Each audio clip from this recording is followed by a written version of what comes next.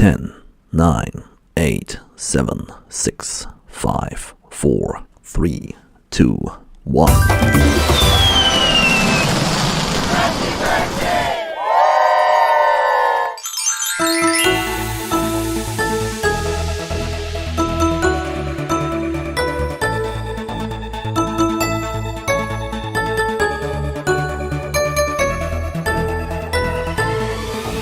Happy birthday to you. Happy birthday to you. Happy birthday, happy birthday, happy birthday to you. Happy birthday to you. Happy birthday to you. Happy birthday, happy birthday, happy birthday to you.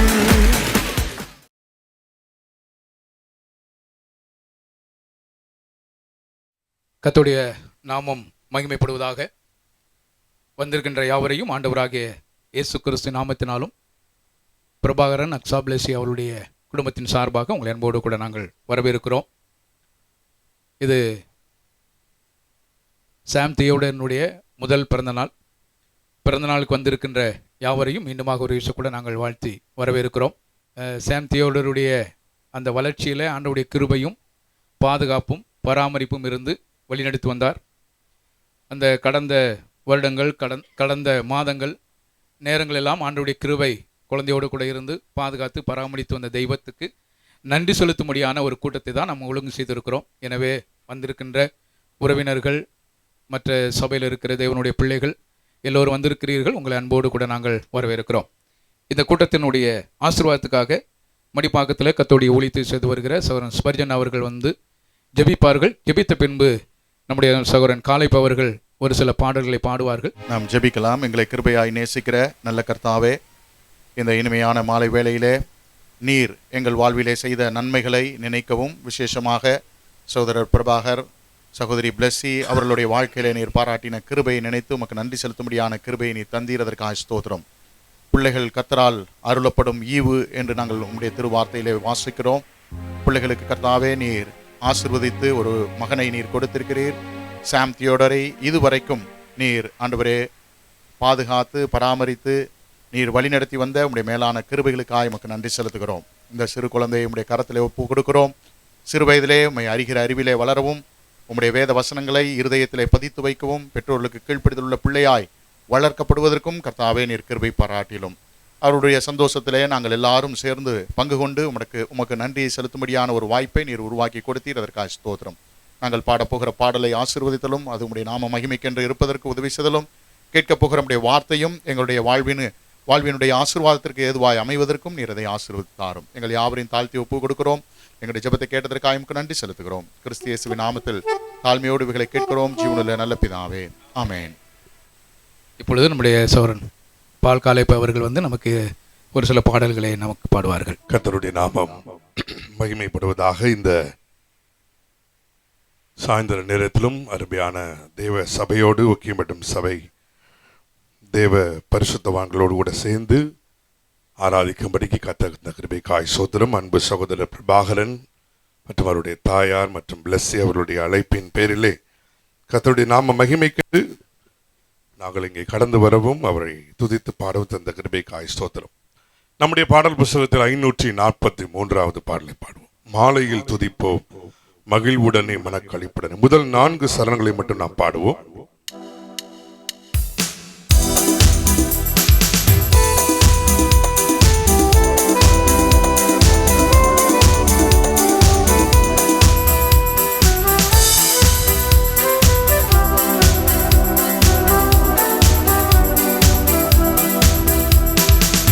மாலையில் துதிப்போம் மகிழ்வுடனே மனக்களிப்புடனே, மாண்புகள் இயேசுவை வானவரோடே. மாலையில் துதிப்போம் மகிழ்வுடனே மனக்களிப்புடனே, மாண்புகள் இயேசுவை வானவரோடே. மாலையில் துதிப்போம். சபையார் சேர்ந்து பாடுவோம்.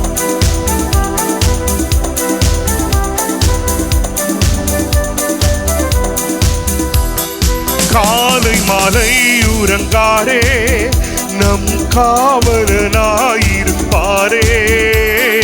காலை மாலை உறங்காரே நம் காவலனாயிருப்பாரே. ஆவலுடன் துதி சாற்றிடுவீரே, மாலையில் துதிப்போம் மகிழ்வுடனே மனக்களிப்புடனே. மாண்புகள் இயேசுவை வானவரோனே மாலையில் துதிப்போம். கிருபையின் வாக்கு தந்தாரே, அதை அருமையாய் நிறைவேற்றினாரே. கிருபையின் வாக்கு தந்தாரே, அதை அருமையாய் நிறைவேற்றினாரே. உரிமையுடன் புகழ் சாற்றிடுவீரே, மாலையில் துதிப்போம் மகிழ்வுடனே மனக்களிப்புடனே. மாண்புகள் இயேசுவை வானவரோனே மாலையில் துதிப்போம்.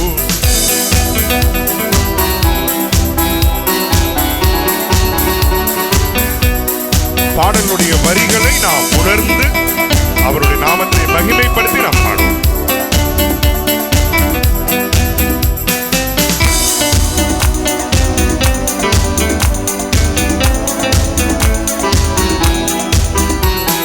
சோதனை வந்திட்ட நேரம் அவர் போதனை செய்தார் நேரம். சோதனை வந்திட்ட நேரம் அவர் போதனை செய்தார் நேரம். சாதனையாகவே நிற்க செய்தாரே, மாலையில் துதிப்போம் மகிழ்வுடனே மனக்களிப்புடனே. மாண்புகள் இயேசுவை வானவரோனே மாலையில் துதிப்போம். அழைத்தமை அழைப்பிலே தானே நாம் உழைத்திட பலன் தந்த தேனே. அழைத்தமை அழைப்பிலே தானே நாம் உழைத்திட பலன் தந்த தேனே. பிழைத்திட ஜீவன் கிறிஸ்துவில் தானே மாலையில் துதிப்போம் மகிழ்வுடனே மனக்களிப்புடனே. மாண்புகள் இயேசுவை வானவரோனே மாலையில் துதிப்போம். கர்த்தர் எவ்வளவு நல்லவர் பார்த்தீங்களா? அழைத்தமை அழைப்பிலே தானே உழைத்திடும்படி பலன் தருகிற தேவன், நம்மை பிழைத்திட செய்கிறவர். எல்லா சூழ்நிலைகளிலும் அவருடைய கிருபை பெரிதென்று நாம் பார்க்கிறோம். ஒரு அருமையான அடுத்த பாடலை நாம் பாடுவோம். 717வது பாடல் 717, ஆதாரம் நீர்தானையா. இந்த பாடலினுடைய வரிகளை தயவு செய்து உணர்ந்து ஒவ்வொரு பாடலை பாடும் பொழுது நான் பாடும்படி அன்போடு இருக்கிற எல்லா சூழ்நிலைகளும் அவர் மாறும்படிக்கு அவர்தான் ஆதாரம் என்று சொல்லி வேதத்திலே வாசிக்கிறோம். அவரின் சாட்சியாய் வாழ்வதற்கு, நம் உள்ளத்தின் ஆசையை நிறைவேற்றுவதற்கு போதுமானவர் அவர் மட்டும். அன்புள்ள அருமையான பாடல்.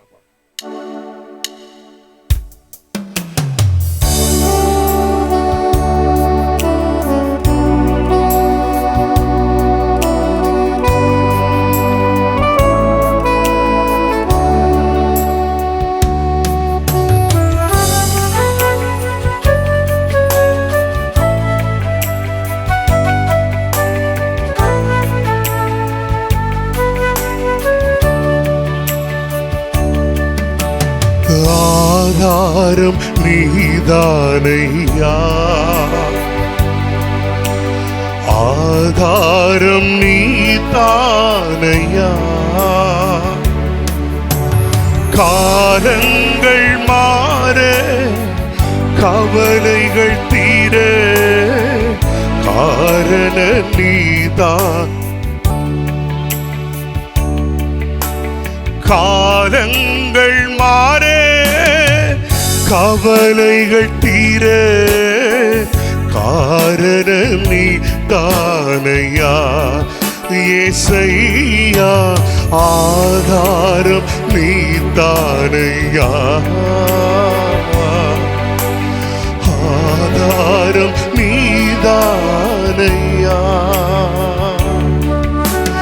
காலங்கள் மாற கவலைகள் தீர காரண நீ தானையா. காலங்கள் மாற கவலைகள் தீர காரண நீ தானையா. உலகத்தில் என்னென்ன ஜெயங்கள் கண்டேன் நான் இந்நாள் வரை.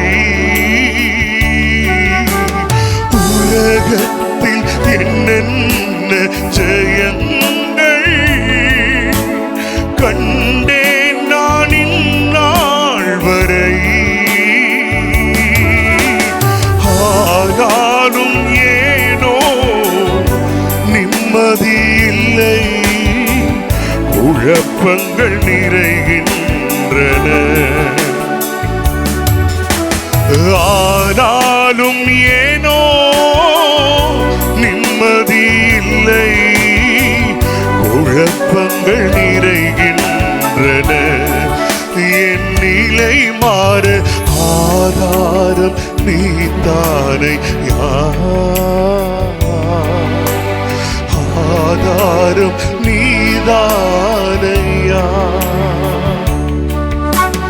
காலங்கள் மாற கவலைகள் தீர காரண நீ தானையா.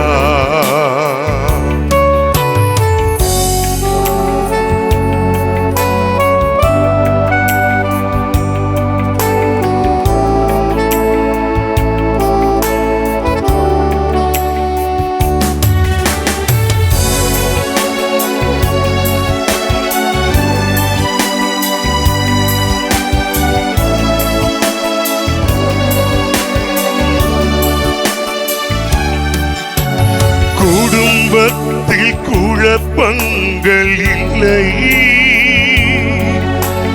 பண கஷ்டம் ஒன்றுமே இல்லை. குடும்பத்தில் குழப்பங்கள் இல்லை, பண கஷ்டம் ஒன்றுமே இல்லை. ஆனாலும் ஏனோ நிம்மதி இல்லை, குழப்பங்கள் நிறைகின்றன. ஆனாலும் ஏனோ நிம்மதி இல்லை, குழப்பங்கள் நிறைகின்றன. என் நிலை மாற ஆதாரம் நீதானையா. ஆதாரம் நீதானையா. காலங்கள் மாற கவலைகள் தீர காரண நீ தானையா. உந்தனின் சாட்சியாய் வாழ உள்ளத்தில் வெகு நாளாசை. உந்தனின் சாட்சியாய் வாழ உள்ளத்தில் வெகு நாளாசை. உம்மிடம் வந்தே உள்ளத்தை தந்தே சாட்சியாய் வாழ்ந்திடுவே. உம்மிடம் வந்தே உள்ளத்தை தந்தே சாட்சியாய் வாழ்ந்திடுவே. என் நிலை மாற ஆதாரம் நீதானையா. ஆதாரம் நீதானையா. காலங்கள் மாற கவலைகள் தீர காரண நீதானையா.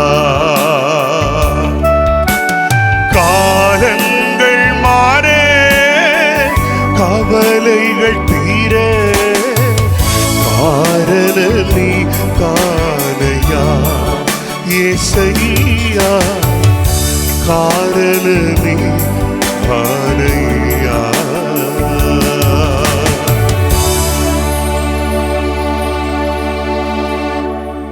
கடைசி பாடலாக ஒரு பாடலை பாடுவோம். 360வது பாடல், திருப்பாதம் நம்பி வந்தேன்.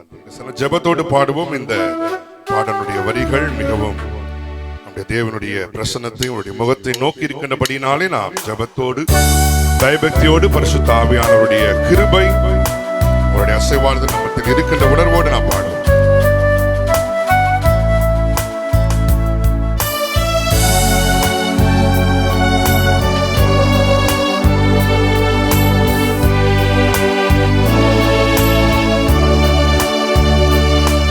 திருப்பாதம் நம்பி வந்தே, கிருபை நீரை இயேசுவே, தமதன்பை கண்டடைந்தே, தேவ சமூகத்திலே தமதன்பை கண்டடைந்தே, தேவ சமூகத்திலே இளைப்பாறுதல் தரும் தேவா, கலைத்தோரை தேற்றிடுமே. இளைப்பாறுதல் தரும் தேவா, கலைத்தோரை தேற்றிடுமே. சிலுவை நிழல் தஞ்சம், சுகமாய் அங்கு தங்கிடுவே. சிலுவை நிழல் தஞ்சம், சுகமாய் அங்கு தங்கிடுவே. திருப்பாதம் நம்பி வந்தே, கிருபை நிறை இயேசுவே, தமதன்பை கண்டடைந்தே, தேவ சமூகத்திலே நீ என்னை நோக்கி கூப்பிடு என்றி, இன்னல் துன்ப நேரத்திலும் என்னை நோக்கி கூப்பிடு என்றி, இன்னல் துன்ப நேரத்திலும் கருத்தால் விசாரித்து என்றும் கனிவோடெம்மை நோக்கிடுமே. கருத்தால் விசாரித்து என்றும் கனிவோடெம்மை நோக்கிடுமே. திருப்பாதம் நம்பி வந்தே, கிருபை நிறை இயேசுவே, தமதன்பை கண்டடைந்தே, தேவ சமூகத்திலே.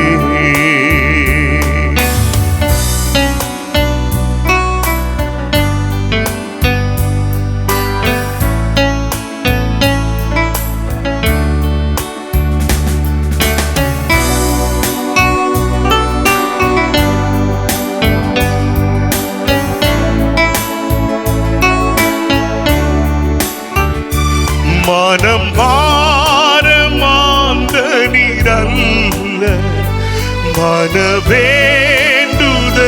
கேட்டிடும்.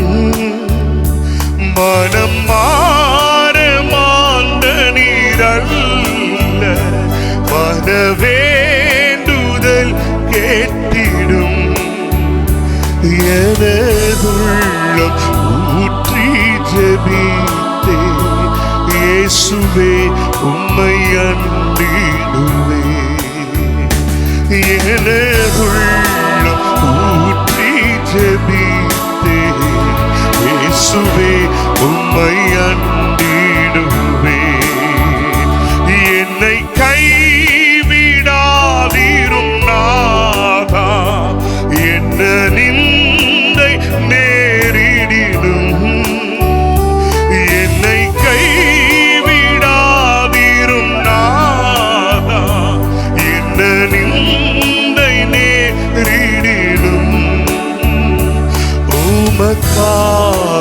யாவும் சகிப்பே உமது பலன் நீந்திடுமே உமக்காக யாவும் சகிப்பே உமது பலன் நீந்திடுமே. எல்லாரும் சொல்லுமா திருப்பாதம் திருப்பாதம் நம்பி வந்தே கிருபை நிறையேசுவே தாமதன்பை கண்டடைந்தே தேவ சமூகத்திலே தாமதன்பை கண்டடைந்தே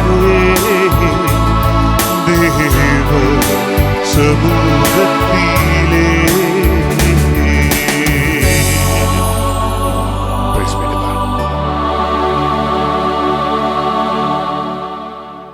ரொம்ப நன்றி சகோதரர். ரொம்ப நாளைக்கு அப்புறம் இந்த குரலை கேட்டிருக்கு. கல்யாணத்தில் பாடினார்னு நினைக்கிறேன். ரைட். ஆண்டவருடைய கிருபை நம்ம அனைவரோடு கூட இருக்கிறதற்காக அவருடைய திருப்பாதத்தை நாம் நோக்கி இருக்கும் பொழுது ஆண்டவர் நம்முடைய வாழ்க்கையில் பல விஷயங்களை அதிசயமான காரியங்களை செய்கிற நல்ல தெய்வம். அந்த நல்ல தெய்வத்துக்கு முன்பதாக வரக்கூடிய ஒரு பெரிய பாக்கியத்தை அவர் நமக்கு கொடுத்திருக்கிறார். இந்த நேரத்தில் நம் கர்த்தருடைய வார்த்தையை நாம் கேட்க இருக்கிறோம். இந்த கர்த்தருடைய வார்த்தையினுடைய ஆசீர்வாதத்துக்காக ரோலண்ட் அவர்கள் ஜெபிப்பார்கள். ஜெபித்த பின்பு ஒரு சில நிமிடங்கள் கர்த்தருடைய வார்த்தையை சிந்தித்து கர்த்தர் நம்மளோடு கூட பேசுகிற வார்த்தையை கேட்டு கர்த்தருக்கு நாம் நன்றியுள்ளவர்களாக இருக்க ஆண்டவர் நமக்கு உதவி செய்வாராக. நல்ல பிதாவே, நாங்களுமே துதிக்கிறோம், ஸ்தோத்திரிக்கிறோம், நன்றி செலுத்துகிறோம். அருமையான குழந்தை சாம் தியோடரினுடைய முதலாவது ஆண்டவரே, இந்த பிறந்த நாளை முன்னிட்டு நாங்கள் அனைவருமாக ஒன்று சேர்ந்து அவர்களோடு கூட சேர்ந்து நம்முடைய நாமத்தை ஏகோபித்து உயர்த்தக்கூடிய நல்ல பாக்கியத்தை கொடுத்தீர். அதற்காக ஸ்தோத்திரம். பாடல்களின் மூலமாக ஆண்டவரே உம்முடைய நாமத்தை உயர்த்தவும் அதில் உள்ள கருத்துக்களை நாங்கள் உட்கொள்ளவும் கர்த்தர் எங்களுக்கு பாராட்டின கிருபைக்காய் ஸ்தோத்திரம். இப்பொழுதும் கூட கர்த்தாவே, எங்கள் எல்லாருக்கும் தேவையான மன்னாவுக்காக நாங்கள் காத்திருக்கின்றோம். நம்முடைய தாசனை எங்களுக்காக ஆயத்தப்படுத்தி கொண்டு வந்திருக்கிறதற்காய் ஸ்தோத்திரம். எங்கள் ஒவ்வொருவருடைய வாழ்க்கை சூழ்நிலைகளை அறிந்திருக்கிறீர். இந்த அன்றைய நல்ல தினத்தை முன்னிட்டு நீர் எங்களுக்கு சொல்ல போகிற வார்த்தைகளை கேட்கும்படியான இருதயத்தை எங்களுக்கு தாரும். எல்லா விதமான சிதறல்களை நீக்கி ஆண்டவரே முழு கவனத்தோடு கேட்டு அதன்படி கைக்கொண்டு நடக்க உதவி செய்திட வேண்டும் என்று நாங்கள் ஜெபிக்கின்றோம். இந்த நிகழ்வின் முழுவதிலும் உம்முடைய கிருபை தாமே எங்களோடு இருந்து வழிநடத்த வேண்டும் என்று எங்கள் ஆண்டவரும் இரட்சகரும் மீட்பருமாய் இருக்கிற இயேசு கிறிஸ்து மூலமாய் ஸ்தோத்திரத்தோடு இந்த விண்ணப்பங்களை ஏறெடுத்து படைக்கிறோம் எங்கள் ஜீவனுள்ள நல்ல பிதாவே. கர்த்தருடைய நாமம் மகிமைப்படுவதாக. நாம் எல்லா நேரங்களிலும் எல்லா இடங்களிலும் கர்த்தருடைய வார்த்தையே நமக்கு பிரதானமாக இருக்கிறது. கர்த்தருடைய வார்த்தை மட்டுமே நமக்கு பல நிலைமையில் நமக்கு எல்லா சூழ்நிலைகளையும் உற்சாகப்படுத்தவும் நம்ம ஆவிக்கிற நிலைமையில் முன்னேறுவதற்கு ஏதுவான நிலைமையில் கர்த்தருடைய வார்த்தை மட்டுமே நமக்கு அது முக்கியத்துவம் வாய்ந்ததாக இருக்கிறது. அப்படியாக தம்பி சாம் தியோடருடைய முதல் பிறந்தநாளை மையமாக வைத்து நாம் ஒன்றாக கூடி கர்த்தருடைய நாமத்தை மகிமைப்படுத்தவும் கர்த்தரை நோக்கி பார்க்கக்கூடிய பெரிய கிருபைகளை ஆண்டவர் நமக்கு கொடுத்திருக்கிறார். எனவே இந்த நாள் நமக்கு மிகுந்த சந்தோஷமான ஒரு நாளாக இருப்பதனால் கர்த்தருக்கு நாம் நன்றி செலுத்துவோம். நம் செய்திக்கு நேராக போகும்பொழுது சங்கீதம் 127 3வது வசனத்தில் இப்படி வாசிக்கிறோம்.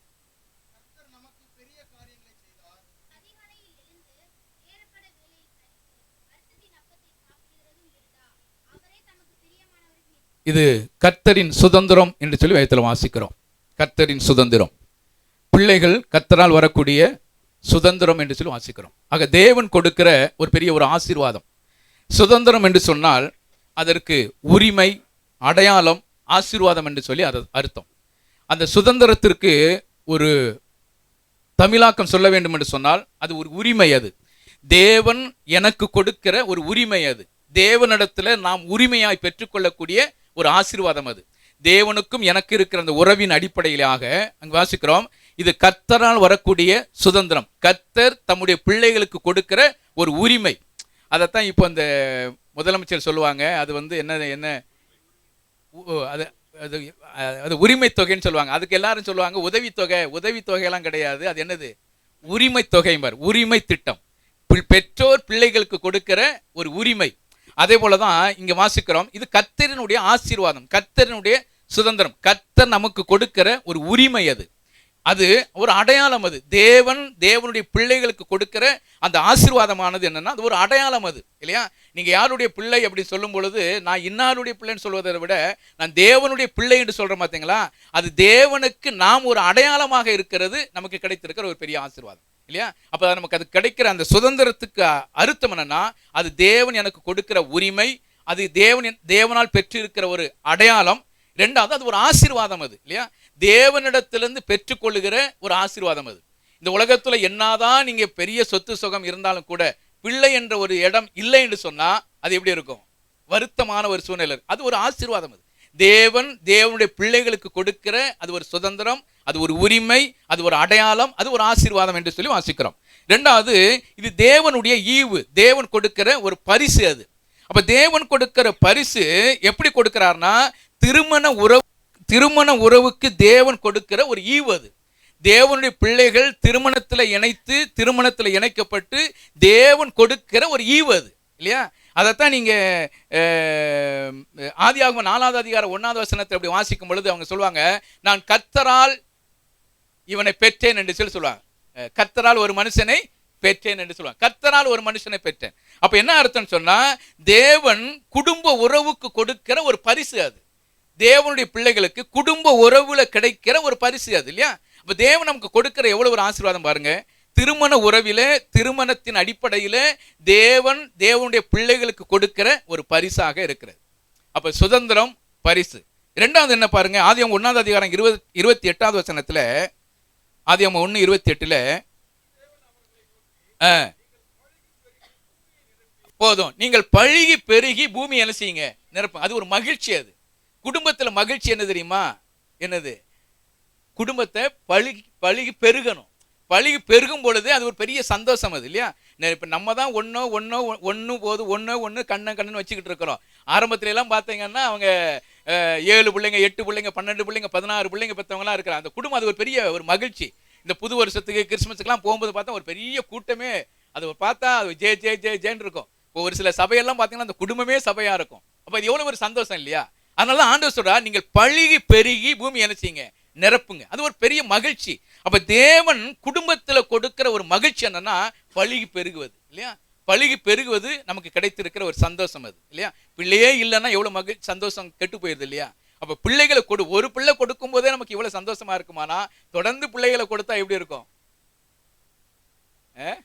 எல்லாம் யோசிக்க, நீங்க என்ன பார்த்தா ஈஸியா சொல்லிட்டு போயிட்டீங்க. ஒரு பிள்ளையை வளர்க்கறதுக்கே நாங்க படுற கஷ்டம் எங்களுக்கு தான் தெரியும்னு சொல்றோம்.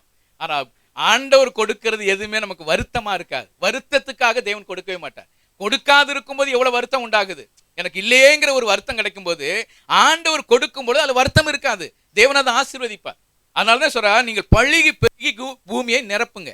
அது குடும்பத்துல இருக்கிற ஒரு மகிழ்ச்சி, அது ஒரு சந்தோஷம் என்று சொல்லி வாசிக்கிறோம். 5வது ஆதியாகமம் 5:29 வாசிக்கிறோம். எதிர்கால நம்பிக்கையே ஒரு பிள்ளைகள் தான் நமக்கு என்னது ஒரு நம்பிக்கை. நம்ம சொல்றோம், என் பிள்ளை நான் இப்ப கஷ்டப்படுவேன் பிரதர், இப்ப என் பிள்ளை இப்ப இப்படி இருக்கிறான், அவன் பெருசாகி வளர்ந்ததுக்கு அப்புறம் என்ன நான் தலை நிமிந்து வச்சுக்குவான் பிரதர் அப்படின்னு சொல்றாங்களா. அப்ப என்ன அர்த்தம்னா எதிர்கால நம்பிக்கை நமக்கு என்ன செய்து உருவாகுது. பிள்ளைகள் மூலமாக நமக்கு எதிர்கால நம்பிக்கை உண்டாகுது. என் பிள்ளை தான் எனக்கு எல்லாத்துக்குமே உறுதுணை இருக்கிறான் இல்லையா. பிள்ளைகள் சின்ன பிள்ளையா இருக்கும்போது கஷ்டப்பட்டு இருப்பான். அந்த பிள்ளை வளர்ந்து பெரியாலே வரும் பொழுது அவன் என்ன செய்வான்னா நீங்க அமைதியா இருங்க, நீங்க அமைதியா இருங்க, நான் எல்லாத்தையும் பாத்துக்கிறேன், இனிமே நீங்க எதை குறித்து என்ன செய்யாதீங்க கவலைப்படாங்க, நான் அதை பொறுப்பெடுத்துக்கிறேன்னு சொல்ற அந்த ஒரு நம்பிக்கை இருக்கு பாத்தீங்களா. அது பெற்றோர்களுக்கு வருகிற ஒரு நம்பிக்கை. அப்ப பிள்ளைகளை தேவன் ஏன் கொடுக்கிறார்னா எனக்கு எதிர்கால நம்பிக்கை ஆண்டவர் கொடுக்கிறார் இல்லையா. அப்ப ஆண்டவர் கொடுக்கிறது எல்லாமே நமக்கு ஆசீர்வாதம் தான். அப்ப என்ன வாசிக்கிறோம், எதிர்கால நம்பிக்கை. அங்க என்ன வாசிக்கிறோம், இந்த பூமி இப்படிப்பட்ட சூழ்நிலையில் இருக்கும் பொழுது இவன் கடைசியில என்ன செய்வான், தேற்றுவான் என்று சொல்லி அவனுக்கு நோவா என்று சொல்லி பெயரிட்டாங்க. தேற்றுவார், எதிர்கால நம்பிக்கை. பிள்ளைகள் தான் நாட்கள் பின்னாக கடந்து போகும் பொழுது நமக்கு ஆறுதல் கொடுக்கிறது யாரு தெரியுமா, பிள்ளைகள் தான் பெற்றோருக்கு ஆறுதல் கொடுக்கணும். அதுதான் நமக்கு தேவையானது இல்லையா. பிள்ளைகள் நமக்கு ஆறுதலா இருக்கணும். அதான் சொல்ற, எனக்கு என்னை தேற்றுவான் என்று சொல்லி நோவா என்று சொல்லி பெயரிட்டார்கள் என்று வாசிக்கிறோம். அப்ப பிள்ளைகள் என்ன எதிர்கால நம்பிக்கை என்று சொல்லி வாசிக்கிறோம். அடுத்து 113வது சங்கீதம் 9வது வசனம். நான் நிறைய விளக்காமதுக்கு காரணம் நேரம் இருக்கிறதுனால தான் அப்படி சொல்லிட்டு போறேன். 113வது சங்கீதம் 9வது வசனத்துல வாசிக்கிறோம், மலடியை பிள்ளைத்தாட்சியாக்கி சந்தோஷப்படுத்துகிற தெய்வம். அப்ப என்ன வாசிக்கிறோம், ஒரு குடும்பத்தில் இருக்கிற மன உளைச்சலை நீக்குகிற ஒரு ஆண்டவர் இல்லையா. பிள்ளைகள் எவ்வளவு வருத்தம் இருக்கும், அந்த வருத்தத்தை, நாம் படுகிற வருத்தத்தை விட என்னை படைத்த தெய்வம், என்னை குடும்பத்தில் இணைத்த தெய்வம் அதை என்ன செய்வார்? அறிந்திருக்கிற தெய்வம். இங்க வாசிக்கிற மலடிய பிள்ளைத்தாட்சி ஆக்கி அவர்கள் சந்தோஷம் கொடுக்கிற ஒரு தெய்வம். அப்ப என்ன அர்த்தம்? நம்முடைய மன உளைச்சலை அறிந்திருக்கிற ஒரு ஆண்டவர். நம்ம நினைப்போம், எனக்கு ஏன் இவ்வளவு நாட்கள் ஆகிறது, எனக்கு ஏன் இவ்வளவு நாட்கள் ஓடி போச்சு, இத்தனை வருடங்கள் போச்சு, எனக்கு ஒண்ணுமே இல்லையே, எல்லாரும் என்ன பார்க்கும்போது ஒரு மாதிரியா பேசுறாங்க அப்படின்னு நினைக்கலாம். ஆனா நம்முடைய அங்கலாய்ப்பை அறிந்திருக்கிற ஒரு ஆண்டவர். அதான் வாசிக்கிறோம், அவருடைய மலடிய பிள்ளைத்தாட்சியாக்கி சந்தோஷப்படுத்துகிற ஒரு தெய்வம். நம்முடைய மன உளைச்சலை அறிந்திருக்கிற ஒரு ஆண்டவர் இல்லையா? மன உளைச்சலை அறிந்திருக்கிற ஒரு ஆண்டவர். அந்த தெய்வத்தை தான் நம்ம பின்பற்றி வந்திருக்கிறோம். பாருங்க, 117வது நீதிமொழிகள் 117 6வது வசனத்துல இப்படி வாசிக்கிறோம். நீதிமொழிகள் 17:6 நீதிமொழிகள் 17:6 பிள்ளைகளின் பிள்ளைகள் முதியோருக்கு கிரீடம். இப்படி வச்சுக்கோங்க, பிள்ளைகளின் பிள்ளைகள் முதியோருக்கு என்னது? கிரீடமா இருக்கிறாங்க. அப்ப பேர பிள்ளைகள் தாத்தா அவங்களுக்கெல்லாம் எப்படி இருக்கணுமா? கிரீடமா இருக்கணும். கிரீடம். அடுத்து என்ன வாசிக்கிறோம்? பிள்ளைகளுடைய மேன்மை அவருடைய பிதாக்களே அப்படின்னு சொல்லி வாசிக்கிறோம். அப்ப பிள்ளைகளினுடைய பிள்ளைகள் வந்து பேர பிள்ளைகள் தாத்தாவுக்கு தாத்தா பாட்டிகளாம் அவ எப்படி இருக்கணும்? கிரீடமா இருக்கணும் இல்லையா? அது ஒரு கிரீடம், மணிமகுடம் சூட்டக்கூடிய நிலைமையில ஒரு கிரீடமா இருக்கணும். ஆனா அடுத்து என்ன வாசிக்கிறோம்? பிள்ளைகளின் மேன்மை அவருடைய பிதாக்களே. பெற்றோர்கள் தான் பிள்ளைகளுக்கு மேன்மையா இருக்கணும். பிள்ளைகளுக்கு மேன்மை யாரு தெரியுமா? பெற்றோர்கள். உங்க அப்பா எப்படி அப்படின்னு கேட்டா என்ன சொல்லணும்? எங்க அப்பா இப்படிப்பட்டவர். அந்த அந்த அந்த அந்த ஒரு சந்தோஷம் உருவாகணும். எனக்கு இருக்கிற மேன்மைனே என்னுடைய பெற்றோர் தான். எனக்கு இருக்கிற மேன்மை என்னுடைய பெற்றோர் தான். அவங்க இல்லைன்னா என்னுடைய வாழ்க்கையில ஒண்ணுமே கிடையாது. என்னுடைய பெற்றோர்கள் தான் எனக்கு மேன்மையாக எண்ணணும். அப்ப பிள்ளைகளுக்கு மேன்மை என்னன்னா அவருடைய பெற்றோர்கள். பேர பிள்ளைகளுடைய கிரீடம்,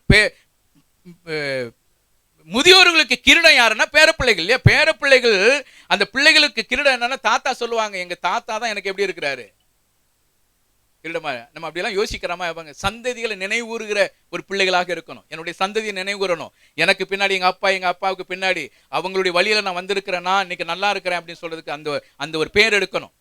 அப்ப என்ன வாசிக்கிறோம்? பிள்ளைகளுக்கு மேன்மை பெற்றோர்கள் என்ன செய்யணும் தெரியுமா? பிள்ளைகளுக்கு மேன்மையாக இருக்கணும். அதுதான் நமக்கு கிடைக்கிற ஒரு பெரிய ஆசீர்வாதம். நான் இப்படி சொல்லுவேன், நம்ம பிள்ளைகளுக்கு நான் மேன்மையா இல்லைன்னா வேற யார் மேன்மையா இருக்க முடியும்? பிள்ளைகளுக்கு நான் ஒரு மாதிரியாக எடுத்துக்காட்டா இல்லைன்னா வேற யார் எடுத்துக்காட்டா இருக்க முடியும்? பிள்ளைகளுக்கு நான் ஒரு சந்தோஷமா இல்லைன்னா வேற யார் சந்தோஷமா இருக்க முடியும்? வேற யாரும் சந்தோஷமா இருக்க முடியாது. பிள்ளைகள் பார்க்குற இடம் நம்மளை மட்டும்தான் பார்ப்பாங்க இல்லை, வேற யாரையும் பார்க்க மாட்டாங்க. ஒருவேளை ஸ்கூல்லையா இருக்கட்டும், மற்ற இடத்துல கொஞ்ச நாள் இருப்பாங்க. ஆனா அதிகமான நேரம் நம்மளோட கூட நேரம் செலவு பண்ணுவாங்க இல்லையா? அப்ப பிள்ளைகளுக்கு மேன்மை பெற்றோர்களாக இருக்கணும். பெற்றோர்களுடைய கடமை என்னன்னா, பிள்ளைகள் என்னை குறித்து தவறா பேசக்கூடாது. பிள்ளைகள் என்னை குறித்து தப்பான விஷயங்கள் எண்ணம் உள்ளவங்களா இருக்கக்கூடாது. அவங்களுக்கு நான் மேன்மை உள்ளவளாக இருக்கணும். பிள்ளைகள் எல்லா இடங்களிலுமே பெற்றோர்களை குறித்து சொல்லும் பொழுது மேன்மையான விஷயங்களை சொல்லக்கூடிய பிள்ளைகளாக இருக்கணும். இன்னைக்கு நம்முடைய நிலைமை எப்படி இருக்கு யோசனை பண்ணி பார்ப்போம் இல்லையா? என்னை குறித்து என் பையன் சொல்லும் போது எப்படி சொல்லணும்னா, என்னை குறித்து மேன்மையான விஷயங்களை சொல்லணும். மேன்மையான விஷயம் பொய் சொல்ல முடியுமா? பொய் சொல்ல முடியாது. உண்மையை சொல்லணும். அப்ப உண்மையை சொல்லுகிற பிள்ளைகள் என்னுடைய மேன்மையை அறிந்திருக்கணும். என்னுடைய பெற்றோருடைய மேன்மையை பிள்ளைகள் அறிந்திருந்தா மட்டும்தான் பிள்ளைகள் சொல்ல முடியும். அப்ப இங்க என்ன வாசிக்கிறோம்? கிரீடமானது முதியோர்களுக்கு கிரீடம், பிள்ளைகளுக்கு பிள்ளைகள், பேர பிள்ளைகள் முதியோருக்கு கிரீடமா இருக்கிறாங்க. பெற்றோர் பிள்ளைகளுக்கு மேன்மையா இருக்கணும். எப்படி பாருங்க, ஆண்டவர் நமக்கு அவ்வளவு அழகா சொல்லி கொடுக்கிறாரு. தாத்தா எப்படி இருக்கணும்? பேர பிள்ளைகளுக்கு தாத்தா கிரீடமா இருக்கணும். அப்புறம் பெற்றோர் பிள்ளைகளுக்கு மேன்மையாக இருக்கணும். பிள்ளைகள் என்னுடைய அப்பாவை குறித்து சொல்றதுக்கு அவ்வளவு தைரியப்படணும். இன்னைக்கு நிறைய சமயங்கள் நம்முடைய பெற்றோர்கள் சொல்வதற்கு கவலைப்படுறோம், கஷ்டப்படுறோம். எப்படி எங்க அப்பாவை சொல்றது, எங்க அம்மாவை எப்படி சொல்றது அப்படின்னு கவலைப்படுறோம் இல்லையா? அதை யோசிக்கிறோம். நம்ம அம்மா அப்பா என்ன வேலை செய்யறாங்கன்னு சொல்றதுக்கே நமக்கு மனசு கஷ்டப்படுறோம். எப்படி சொல்றதுன்னு யோசிக்கிறோம். ஆனா பெற்றோர்கள் பிள்ளைகளுக்கு மேன்மையாக இருக்கணும் அப்படிங்கிற வாசிக்கிறோம். மத்தேயு சுவிசேஷம் 19வது அதிகாரம் 14வது வசனத்துல இப்படி வாசிக்கிறோம். இங்க ஆண்டவர் சொல்றார், சிறு பிள்ளைகளை என்னிடத்தில் வருவதற்கு தடை பண்ணாதிருங்கள் என்று சொல்லுகிறார். அப்படி என்ன அர்த்தம்? சிறு பிள்ளைகளை நிக்க வச்சு இவங்களுடைய நல்ல குணங்களை என்ன செய்யறார்? எடுத்து காண்பிக்கிறார். பிள்ளைகள் நல்ல குணமுடையவர்களாக இருக்கணும், நல்ல குணமுள்ளவர்களாக இருக்கணும். அப்ப அந்த சிறு பிள்ளைகளை முன்னாடி நிக்க வச்சு சொல்றாரு, இவங்களை பாருங்க, இவங்களை போல நீங்க மாறலன்னா எங்க வர முடியாது? பரலோகத்துக்கு வர முடியாதுன்னு சொல்றாரு. அப்ப இவங்க என்ன குணம் இருக்கு யோசனை பண்ணி பாருங்க. பிள்ளைகிட்ட இருக்கிற குணம் என்ன குணம் இருக்கு? கள்ள கபடம் கிடையாது. இல்லை, நான் அப்படி தான் எப்படி எழுதி வச்சிருக்கிறேன். அவங்க தாழ்மை உள்ள பிள்ளைங்க. நீங்கள் உட்காருனா உட்காருவாங்க, எந்தினா எந்திப்பாங்க, உக்கி போடுனா உக்கி போடுவான், எல்லா வேலையும் செய்வான். பிள்ளைங்க செய்கிறாங்களா இல்லையா? நம்ம செய்கிறோமா? உட்காருனா உட்காடுறோமா? உட்கார மாட்டோம். உட்காருனா உட்கார மாட்டோம், எந்தினா எதிர்மாறாக செய்வோம். ஆனால் பிள்ளைகள் உட்காருனா உட்காருவாங்க, இப்போ தான் அமைதியாக இருப்பாங்க.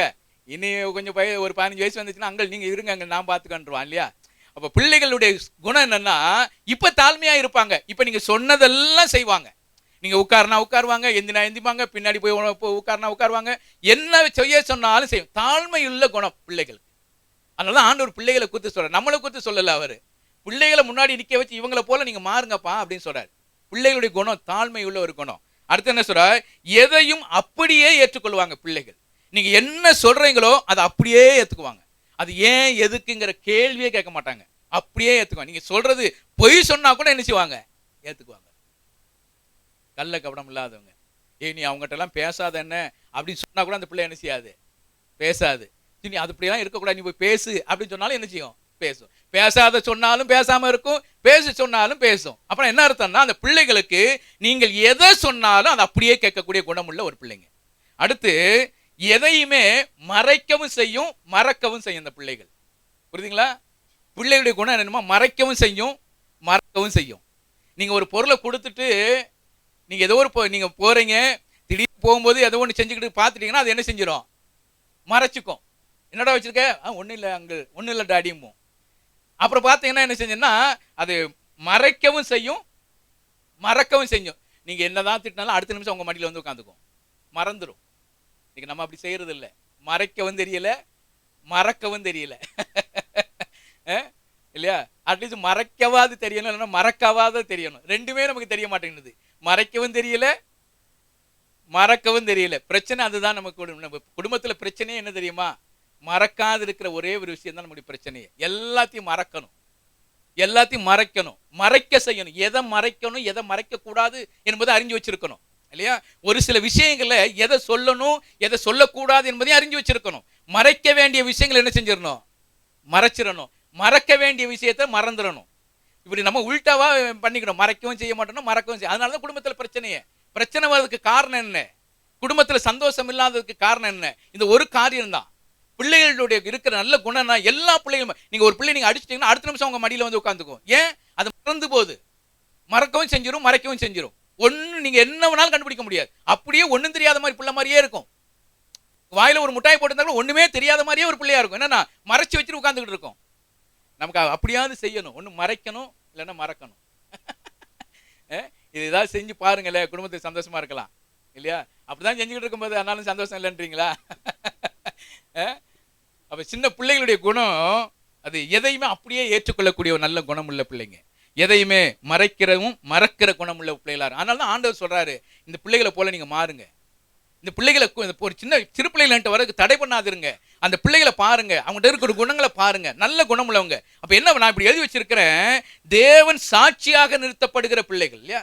தேவன் சாட்சியாக யாரை நிப்பாட்டுறாரு பாருங்க. ஒரு சின்ன பிள்ளையை நிக்க வைக்கிறார். நம்மள நிக்க வைக்க முடியுதா? இங்க வா ஞானராஜ், இங்க வா அப்படின்னு நிக்க வச்சு, இந்த பா ஞானராஜா பாரு எவ்வளவு ஒழுக்கம் உள்ளவனா இருக்கிறான், எவ்வளவு அன்புள்ளவனா இருக்கிறான் அப்படி என்னை குறித்து சாட்சி சொல்ல முடியுதா? தேவன் நம்மளை குறித்து சாட்சி சொல்லணும். பிள்ளைகளை சாட்சியாக நிக்க வைக்கிறார். இன்னைக்கு எல்லா குடும்பத்துக்கும் சாட்சி யாரு தெரியுமா? மறந்து போயிடக்கூடாது. எல்லா குடும்பத்துக்கும் சாட்சி யாரு? யாரு? அம்மா அப்பாவா? பிள்ளைகள் தான் சாட்சி. நேராக பிள்ளைகளை கூட்டி தனியா உட்கார வச்சு அம்மா அப்பா எப்படின்னு கேட்டா அவன் புட்டு எல்லாத்தையும் கிளீனா சொல்லிடுவான். அதனால பிள்ளைகளுக்கு முன்னாடி பெற்றோர்கள் கவனமா வாழணும். பிள்ளைகள் தான் எல்லாருக்கும் சாட்சி. தேவன் நிக்க வைப்பாரு உங்களுக்கு முன்னாடி இல்லையா? பிள்ளைகளை சாட்சியாக நிக்க வைக்கிற ஒரு தெய்வம். அப்ப இந்த பிள்ளைகள் சாட்சியாக இருக்கிறதாக ஆண்டவர் நமக்கு காண்பிக்கிறார். எபேசியர் 4 அதிகாரம் 6வது வசனத்துல இப்படி வாசிக்கிறோம். எபேசியர் 6:4 கர்த்தருக்கேற்ற சிட்சையிலும் போதனையிலும் வளர்ப்பீர்களாக. பிதாக்களே, உங்களுக்கு பிள்ளைகளை என்ன செய்யாதீங்க? கோபப்படுத்தாதீங்க. அவங்க கர்த்தருக்கேற்ற சிட்சையிலும் போதனையிலும் வளர்ப்பீர்களாக. பெற்றோருக்கு ஆண்டவர் கொடுக்கிற ஒரு பெரிய ஒரு பொறுப்பு அது. பிள்ளைகளை குறித்து நமக்கு ஒரு பொறுப்பு இருக்கு. என்ன வாசிக்கிறோம்? பிள்ளைகளை கோபப்படுத்தாதீங்க. பிள்ளைகளை கோபப்படுத்தாதீங்க. நிறைய சமயத்தில் நமக்கு இருக்கிற பிரச்சனை என்ன தெரியுமா? இந்த பிள்ளைய சுமையாகவும் சிரமமாகவும் நம்ம நினைக்கிறோம். நம்ம நிறைய சமயத்துல எனக்கு சர்ச்சுக்கே வர முடியல பிரதர். ஏன் வர முடியல? இவன் ரொம்ப பாரமா இருக்கான், இவன் அங்க வந்த ஒரு இடத்துல இருக்கான், ரொம்ப சிரமமா இருக்குது. சிரமமா இருக்கிறத ஏன் ஆண்டவர்கிட்ட கேட்குறீங்க? ஆண்டவர்கிட்ட கேட்குறோமா இல்லையா? ஆண்டவரே எனக்கு குழந்தை கொடுங்க ஆண்டவரே, ஆண்டவர்கிட்ட குழந்தைய கேட்கும். குழந்தைய வாங்கினதுக்கு அப்புறம் அந்த குழந்தைய கொடுத்து நம்ம என்ன சொல்றோம் தெரியுமா? இவனுக்கு ரொம்ப பாரமா இருக்கான் பிரதர், ரொம்ப தலைவலியா இருக்கான் பிரதர், ரொம்ப சுமையா இருக்கான் பிரதர், ரொம்ப சிரமமா இருக்கிறான்னா அப்ப ஆண்டவர்கிட்ட கேட்டது தப்பா இல்ல ஆண்டவர் கொடுத்தது தப்பா? கவனமா இருக்கணும்.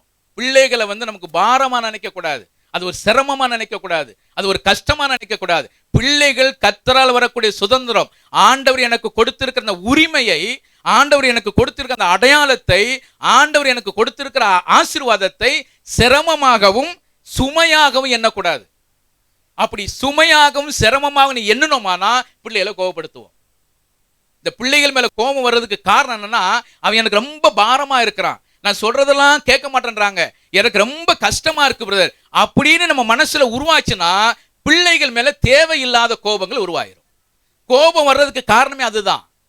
கோபம் வர்றதுக்கு காரணம் என்ன? பிள்ளைகளை சிரமமாகவும் அது ஒரு சுமையாகவும் நமக்கு என்றதுனால தான் நமக்கு பிள்ளைகள் மேல கோபம் வருது. ஆனா வேதம் என்ன சொல்லுது? பிதாக்களே பிள்ளைகள் மேல என்ன செய்யுங்க? கோபப்படுத்தாதீங்க, பிள்ளைகளை கோபப்படுத்தாதீங்க. கோபப்படுத்தாம இருக்கணும். என்ன செய்யணும்னா, நீங்க கர்த்தருக்கேற்ற சிட்சையிலும் போதனையிலும் வளர்க்க வேண்டும் என்று வாசிக்கிறோம். இப்ப கோபப்படுத்துறதுன்னா என்னன்னா, அவங்க சும்மா கிள்ளி விட்டுட்டு அப்படி இந்த கோபம் இல்லை. நம் கர்த்தருக்கேற்ற சிட்சை இருக்கணும். கர்த்தருக்கேற்ற சிட்சையிலும் போதனையிலும் என்ன செய்யணும்னா அவங்கள வழி நடத்தணும். அதாவது பிள்ளைகளுக்கு புத்திமதி சொல்லணும், புத்திமதி சொல்லணும், அவங்களை சீர்வருந்துவதற்காக சொல்லணும். நம்ம கர்த்தருக்கேற்ற சிட்சைனா நம்ம என்ன செய்யறோம் தெரியுமா? எடுத்த உடனே கம்பை தான் எடுக்கிறோம். அதுதான் நானும் செய்யற தப்பு என்னன்னா, உடனே எடுக்கணும் அடிக்கணும், அதுதான் நமக்கு தோணுது. ஆனா வேதம் நமக்கு என்ன சொல்றேன்? கர்த்தருக்கேற்ற சிட்சை என்பது ஒரு போதனை. அது அந்த பிள்ளைகளுக்கு என்ன செய்யுங்க? போதனை செய்யுங்க. நானும் நிறைய சமயத்தில் அப்படிதான் தப்பு பண்றேன். என்ன செய்யறேன்? உடனே கேட்கலன்னா அடிதான் வருது, கை தான் வருது. ஆனா வேதம் நமக்கு ஆண்டவர் சொல்லி கொடுக்குற, பிள்ளைகளை கோபப்படுத்தாதீங்க, அவங்களுக்கு என்ன செய்யுங்க? கர்த்தருக்கேற்ற சிட்சை. கர்த்தருக்கேற்ற சிட்சைனா கர்த்தருக்கு ஏற்றபடி அடிக்கிறதுக்காக இல்ல, கர்த்தருக்கு ஏற்றபடி சிட்சையில போதனையில என்ன செய்யுங்க? வளங்க. இப்படி செய்யாதீங்கப்பா, இப்படி பண்ணாதீங்க, இந்த மாதிரி செய்யுங்க, ஆண்டவருக்கெல்லாம் விருப்பம் இல்லை, ஆண்டவருக்கு விருப்பமானதை செய்யுங்க, அந்த போதனையை செய்யுங்க. கர்த்தருக்கு ஏற்ற சிட்சை, கர்த்தருக்கு ஏற்ற புத்திமதி சொல்லுங்க. ஆண்டவர் எதை விரும்புறார்? ஒருவேளை இப்படி யோசிங்க, ஆண்டவர் நான் செய்யற தவறெல்லாம் ஆண்டவர் பார்த்துக்கிட்டு இருந்தாருன்னா என்ன எவ்வளவு அடி வாங்கணும்? ஆண்டவர்கிட்ட அடி வாங்கிக்கிட்டே இருக்கணும் இல்லை? நம்ம அடி வாங்கிட்டு எத்தனை தரம் போய் சொல்லிடுறோம், எத்தனை தரம் ஏமாத்திடுறோம், எத்தனை தரம் திட்டிடுறோம், பல விஷயங்களும் அப்படி வாங்கி எவ்வளவு தரம் அடி வாங்க வேண்டியது? ஆண்டவர்கிட்ட வாங்கலாம். ஆண்டவர் நமக்கு என்ன செய்றார்? ஆவியானவரை கொடுத்து சரியான சமயத்துல போதனையை கொடுத்துறமே என்ன செய்றார்? சரி செய்து கொண்டு இருக்கிறார். நமக்கு புத்திமதிகளை ஆண்டவர் கொடுக்கிற ஒரு காரியம் போதனையில. அதாவது சிற்சையினுடைய அந்த வார்த்தையினுடைய அடிப்படையில் இருக்கணும். தேவனுடைய வார்த்தையின் அடிப்படையில பிள்ளைகளை என்ன செய்யணும்? சிட்சிக்கணும். நம்முடைய இஷ்டப்படி பிள்ளைகளை சிட்சிக்க கூடாது. தேவன் கொடுத்திருக்கிற அந்த வார்த்தையின் அடிப்படையிலேயே என்ன செய்யணும்? பிள்ளைகளை சிட்சிக்கணும். நிறைய குடும்பத்துல பிரதர் என்ன வார்த்தையாலேயே கொன்னுடுறா பிரதர் அப்படின்றாங்கல்ல. நம்ம வார்த்தையை பயன்படுத்தினோம்னா அது கொன்னுருவோம். கர்த்தருடைய வார்த்தையை பயன்படுத்தினா அது ஜீவன் உண்டு, அது பலன் கிடைக்கும், சீர்பொருந்துவாங்க. என்னுடைய வார்த்தையை பயன்படுத்தினா பிரச்சனையாயிரும். தேவன் கொடுத்திருக்கிற வார்த்தையின் அடிப்படையில பிள்ளைகளை சீர்பொருந்துவோம்னா அது சிட்சையாக இருக்கும், அது மனப்பூர்வமாக ஏற்றுக்கொள்வாங்க. அப்ப நமக்கு கிடைத்திருக்க ஒரு பெரிய பொறுப்பு என்ன தெரியுமா? பிள்ளைகளை சிரமமாகவும் சுமையாகவும் நினைக்க கூடாது. அது நமக்கு இருக்கிற ஒரு பெரிய ஒரு பொறுப்பு. அது அந்த பிள்ளைகள் மேல நீங்க சிரமமாகவும் அது ஒரு சுமையாகவும் என்னமானா தேவையில்லாமல் பிரச்சனைகள், தேவையில்லாத குழப்பங்கள், தேவையில்லாத கோபங்கள் நமக்கு உருவாயிரும். அப்ப அதற்கு எதிர்மாறாக கர்த்தருக்கேற்ற சிட்சையிலையும் போதனையிலையும் பிள்ளைகளை வளர்க்கணும். அப்ப இன்னைக்கு நம்ம ஆண்டவர் நமக்கு கற்றுக் கொடுக்கிற ஒரு காரியம் என்ன? இது கர்த்தர் நமக்கு கொடுத்திருக்கிற ஒரு ஆசீர்வாதம், அது ஒரு உரிமை, அது ஒரு அடையாளம், தேவனுடைய பரிசு. திருமண உறவுக்கு தேவன் கொடுக்கிற ஒரு பலன், அது ஒரு ஆசீர்வாதம். குடும்பத்துல மகிழ்ச்சி. நீங்கள் பழுகி பெருகி பூமி என்ன செய்யுங்க? நிரப்புங்க. எதிர்கால நம்பிக்கை, சந்ததி வளரும். எதிர்கால நம்பிக்கை, நம்முடைய வாழ்க்கையில எதிர்காலங்கள், சந்ததிகள் வருவது இல்லையா? பிள்ளைகள் வர்றாங்க, அப்புறம் பேர பிள்ளைகள் வர்றாங்க, அப்படியே வர்றாங்க, சந்ததிகள் போய்கொண்டே இருக்கிறது இல்லையா? பிள்ளைகள் வந்து பெரியவளாகி கல்யாணம் பண்ணி கொடுத்து, அப்போ சாம் தியோட பெரிய பையனாகி, அப்புறம் அவன் வளர்ந்து, அப்புறம் அவனுக்கு கல்யாணம் ஆகி, அது ஒரு சந்ததி. அந்த பேர பிள்ளையை கேட்பான், அவங்க தாத்தா யாரா, உங்க அப்பா யாரா, உங்க அம்மா யாரா, அவன் சொல்லுவான் இல்லையா? அப்ப சந்ததிகள் வருகிறது, புதிய சந்ததியை உருவாக்கி கொடுக்கிறோம். எதிர்கால நம்பிக்கை என்று சொல்லி வாசிக்கிறோம். அப்ப ஆண்டவர் செய்கிற ஒரு காரியம் என்ன? நம்முடைய மன உளைச்சலை அறிந்திருக்கிறவர் ஆண்டவர். நம்முடைய மன உளைச்சலை அறிந்திருக்கிற ஆண்டவர். நாம் நினைக்கிறதுக்கு மேலாக செய்கிற ஒரு ஆண்டவர். நம்ம நினைக்கலாம் எனக்கு இதெல்லாம் நடக்குமா அப்படின்னு நினைக்கலாம். ஆனா தேவனுடைய மன உளைச்சலை அறிந்திருக்கிற ஆண்டவர். சரியான சமயத்துல சரியான ஆசீர்வாதத்தை கொடுக்கிற ஒரு ஆண்டவர். அடுத்து வாசிக்கும் பொழுது பிள்ளைகளுக்கு, முதியோர்களுக்கு கிரீடம் யார் என்று சொன்னா பேரப்பிள்ளைகள். தாத்தா பாட்டிக்கெல்லாம் அவங்க யாரா இருக்கிறாங்க? கிரீடமாக இருக்கிறாங்கன்னு சொல்லி வாசிக்கிறோம். அடுத்து பார்த்தோம், பெற்றோர்கள் பிள்ளைகளுக்கு மேன்மையாக இருக்கணும். பெற்றோர்கள் பிள்ளைகளுக்கு மேன்மையாக இருக்க வேண்டும் என்று சொல்லி பார்த்தோம். அடுத்து பிள்ளைகளை தேவன் சாட்சியாக நிற்க வைக்கிறார். ஒரு சாட்சி உள்ள ஒரு பிள்ளையாக நிற்க வைக்கிறார். பிள்ளைகளுடைய குணம் எனக்குள்ளாக இருக்கணும். நம்ம பெரிய ஆட்களை வளர்ந்துட்டோங்கிறதுனால நம்ம எப்படி வேணாலும் இருந்தலாம்ங்கிறதுலாம் கிடையாது. பிள்ளைகளுடைய குணம் இருக்கணும். பரலோக ராஜ்யத்தில் அங்கே எண்ணம் உண்டு, அங்கே பரிசுத்தம் உண்டு, அன்பு உண்டு, சந்தோஷம் உண்டு, நிம்மதி உண்டு. அங்கே சண்டை கிடையாது, ஒண்ணுமே கிடையாது. அங்கே தேவனோடு கூட எப்போது இருக்கக்கூடிய ஒரு இடம். அந்த இடத்துல மன அமைதியோடு கூட இருப்பதற்கு இந்த பூமியிலே நம்ம என்ன செய்யணும்? வாழ்ந்து பழகிக்கணும். அப்ப ஆண்டவர் நமக்கு கொடுக்கிற ஒரு பிள்ளைகளை சாட்சியாக நிற்க வைக்கிற ஒரு இடம். அடுத்து கடைசியில பெற்றோருடைய பொறுப்பு. பிள்ளைகளை சுமையாகவும் சிரமமாகவும் எண்ணக்கூடாது. கர்த்தருக்கேற்ற சிட்சையிலும் போதனையிலும் வளர்ப்பதற்கு ஆண்டவர் நமக்கு உதவி செய்ய வேண்டும். எனவே அப்படிப்பட்ட நிலைமையில இந்த குடும்பத்தை ஆண்டவர் ஆசீர்வதிப்பாராக. இங்க சாம் தியோடருக்கு ஆண்டவர் கொடுத்திருக்கிற இந்த ஆயுசு நாளை எண்ணி கர்த்தருக்கு நாம் நன்றி செலுத்துவோம். அவருடைய பெற்றோர்கள் இந்த வேத வசனத்தின் அடிப்படையில் பிள்ளைகளை வளர்ப்பதற்கு ஆண்டவர் அவர்களுக்கு உதவி செய்வாராக. அப்படிப்பட்ட சிந்தையோடு கூட நம் அனைவரையும் ஆசீர்வதித்து வழிநடத்துவாராக. இப்பொழுது இந்த பிள்ளைகளை ஆசீர்வதிக்கும்படியாக திருவள்ளூரில் கர்த்தருடைய ஊழியத்தை செய்து வர ஜேம்ஸ் பீட்டர் ஐயா முன்பதாக வருவார்கள். சகோதரன் பிரபாகரன், அக்ஸா பிளஸி, சாம் தியோடர்.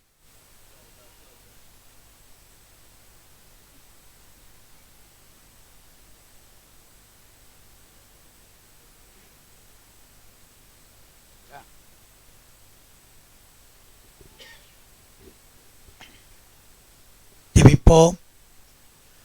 துதிகள் மத்தியில் வாசம் பண்ணுகிற அன்பின் பரலோக பிதாவே, வானத்துக்கும் பூமிக்கும் ஆண்டவராயிருக்கிற எங்கள் தேவாதி தேவனே, ஒருவராய் சாவாமை உள்ளவரும் சேரக்கூடாத ஒளியில் வாசம் பண்ணுகிற கர்த்தாவே, இந்த நாளிலே, இந்த மனமகிழ்ச்சியான நாளிலே அருமையான சகோதரர் பிரபாகரன், சகோதரி பிளஸ்ஸி இவர்கள் கொடுத்த இந்த அருமையான ஆண்மகன் சாம் தியோடருக்காக நாங்கள் ஜெபிக்கிறோம். அவளை ஆசீர்வதிக்கிறோம். ஆண்டவரே, எல்லா ஆசீர்வாதத்துக்கும் காரண கர்த்தாவாக இருக்கிற நீர் கடந்த ஒரு வருஷத்துக்கு முன்பாக ஆண்டவரே இவர்களுக்கு ஒரு அருமையான ஆண் குழந்தையை கொடுத்து கடந்த ஒரு வருஷமாக அந்த குழந்தையை நீர் பாதுகாத்து பராமரித்து முன்ன சட்டின் கீழாக மறைத்து சுகம் பலனை கொடுத்து இந்த முதலாம் வருஷம் முடிந்து 2ஆம் வருஷத்துக்குள் பிரவேசிக்கும்படியான ஆசீர்வாதத்தை நீர் கொடுத்தீர்.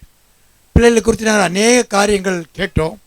127 பிள்ளைகள் கர்த்தரால் சுதந்திரம், கர்ப்பத்தின் கனி அவரால் கிடைக்கும் பலன் என்று வாசிக்கிறோம். சுதந்திரம் என்று சொன்னால் ஆண்டவர் கொடுத்த ஆசீர்வாதம், அடையாளம், உரிமை என்று நாங்கள் கேட்டோம். ஆண்டவரே, ஈவு என்று சொன்னால் ஆண்டவர் எங்களுக்கு கொடுத்த லாபமாகவும் பிள்ளைகள் இருக்கிறார்கள். இந்த பிள்ளைகள் வருங்காலத்தில் பெற்றோர்களுக்கு கிரீடமாக இருக்க வேண்டும். ஆண்டவரே, மனோவா ஆண்டவரிடத்தில் ஜெபித்த ஒன்றுமாக பிரபாகரனும் பிளஸ்ஸியும் ஆண்டவரே, இந்த பிள்ளையை நாங்கள் எப்படி வளர்க்க வேண்டும், எப்படி நடத்த வேண்டும் என்று அவர்கள் கேட்ட வண்ணமாக இவர்கள் கேட்டு பயபக்தியோடு பிள்ளைகள் வளர்க்கக்கூடிய ஞானத்தை நீர் தரும்படியாக இருக்கிறோம். சாமியலைப் போல சொல்லும் அடியான் கேட்கிறேன் என்று சாமியல் சொல்லி கர்த்தருடைய சமூகத்தில் வளர்ந்தது போல இவனை கர்த்தருடைய சமூகத்திலே வளர்க்கும்படியான ஞானத்தையும் கிருபையும் பெற்றோர்களுக்கு தரும்படியாக நாங்கள் ஜெபிக்கிறோம். கர்த்தாவே, நாங்கள் கேட்டவனமாக போதனையிலும் சிற்சையிலும் பிள்ளையை வளர்க்க வேண்டும்.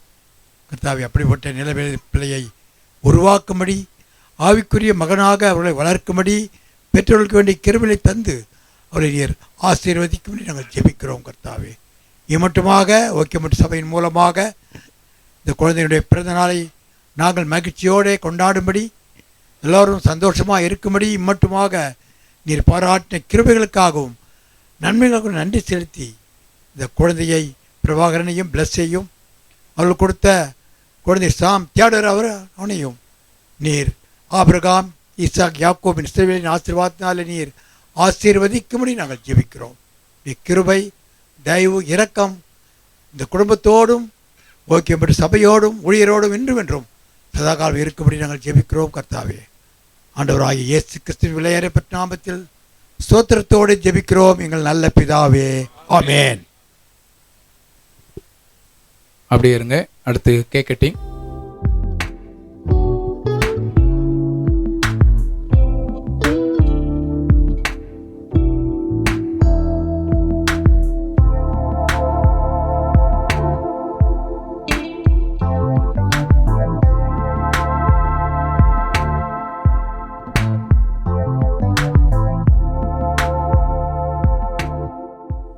நம்ம ஜெபம் செய்வோம். எங்களை நேசிக்கிற நல்ல பிதாவே, இந்த நேரத்துக்காக நன்றி செலுத்துகிறோம். குழந்தை சாம் தியோடர்ஸ்க்காக நன்றி செலுத்துகிறோம். ஆண்டவரே, கடந்த மாதங்களாக நீ பாதுகாத்து பராமரித்து வந்த தெய்வம், இந்த புதிய வருடத்தை காணக்கூடிய கிருபைகளை கொடுத்ததுக்காக நன்றி செலுத்துகிறோம். குழந்தையினுடைய மையமாக வைத்து நாங்கள் ஒன்றாக கூடி உடைய நாமத்தை மையப்படுத்த உதவி செய்திருக்க நன்றி செலுத்துகிறோம். இந்த கேக் கட்டிங்லையும் கூட உடைய வல்லமையில கரம் கூட இருக்கட்டும். உடைய நாமத்தை மையப்படுத்திக் கொள்ளும். பிரபாக்காக சபலசிக்காக பிள்ளைக்காக நன்றி செலுத்துகிறோம். ஆனால் ஆசீர்வதித்தலும் இருவர்களுடைய பெற்றோர்களையும் நினைவுறுகிறோம். அவரை ஆசீர்வதித்து உடைய நாமத்தை மையப்படுத்திக் கொள்ளும். அந்த பிள்ளைகள் ஒவ்வொருவரையும் பாதுகாத்து பராமரித்து ஆசீர்வதித்தலும். இவருடைய சந்தோஷத்தில் நாங்கள் பங்கு பெற உதவி செய்த தெய்வம் தொடர்ந்து வழிநடத்தும்படியாக கர்த்தராக இயேசு கிறிஸ்து மூலமாக ஜெபத்தை எடுக்கிறோம் எங்கள் ஜீவனுள்ள நல்ல பிதாவே, ஆமென், ஆமென்.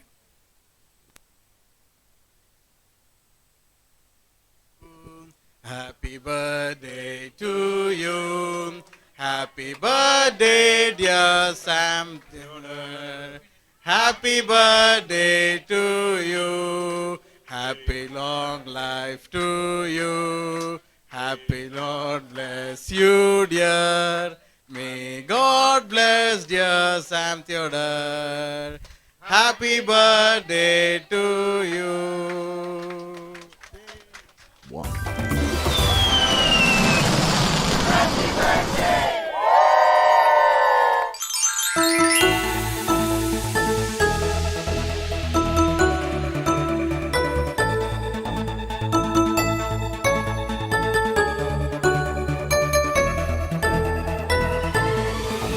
Happy birthday to you. Happy birthday to you. Happy birthday, happy birthday, happy birthday to you. Happy birthday to you. Happy birthday to you. Happy birthday, happy birthday, happy birthday to you.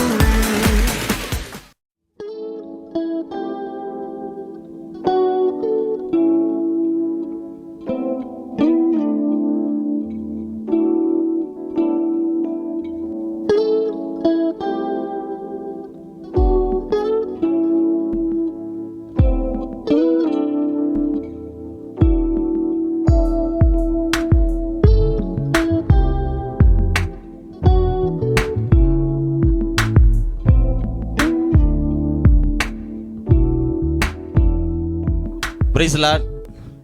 எங்களோட அழைப்பை ஏற்று எல்லாரும் வந்ததுக்கு ரொம்ப சந்தோஷம். அப்படின்னா special கெஸ்ட்டாக நம்ம ஸ்பர்ஜன் நான் கூப்பிட்டுருந்தோம். அப்புறம் காலேப் சித்தப்பா, அப்புறம் தாத்தா, இது மாதிரி எல்லாருமே கூப்பிட்டுருந்தோம். எல்லாருமே வந்து சிறப்பாக ஸ்பெஷல் பண்ணி கொடுத்தீங்க. முக்கியமாக அந்த டெக்கரேஷன் டீம் வந்து கரண், லோபின், அப்புறம் நான்ராஜ் அண்ணன். காலையில் வந்து ஒரே ஃபன்னு. ஒரு 150 பலூன் உடஞ்சிருச்சு. வாங்கின 300 பலூனில் 150 உடஞ்சிருச்சு. இது கூட வருமானு தெரியல, ஆண்டவரோட கிருபை வந்துருச்சு. எல்லாம் நீட்டாக ஆனால் நல்ல முறையில் பண்ணியாச்சு. ரொம்ப சந்தோஷம். அப்புறம் கேமராமேன் எட்வின், ப்ரௌன், தாசன் அண்ணா எல்லாருக்கும் ரொம்ப நன்றி. முடிஞ்ச உடனே எல்லாருக்குமே ஆகாரம் ரெடி பண்ணியிருக்கோம். சாப்பிட்டுட்டு பொறுமையாக அப்படி போகலாம். Okay, thank you. நீங்கள் பிள்ளைய பார்த்து ஆசீர்வதித்து போகிறதுக்கு நீங்கள் அப்படி வரலாம். இப்போ நீங்கள் ஏதாவது ஃபோட்டோ எடுக்கணும்னா எடுத்துக்கலாம். அந்த கேக் அப்படியே கொஞ்சம்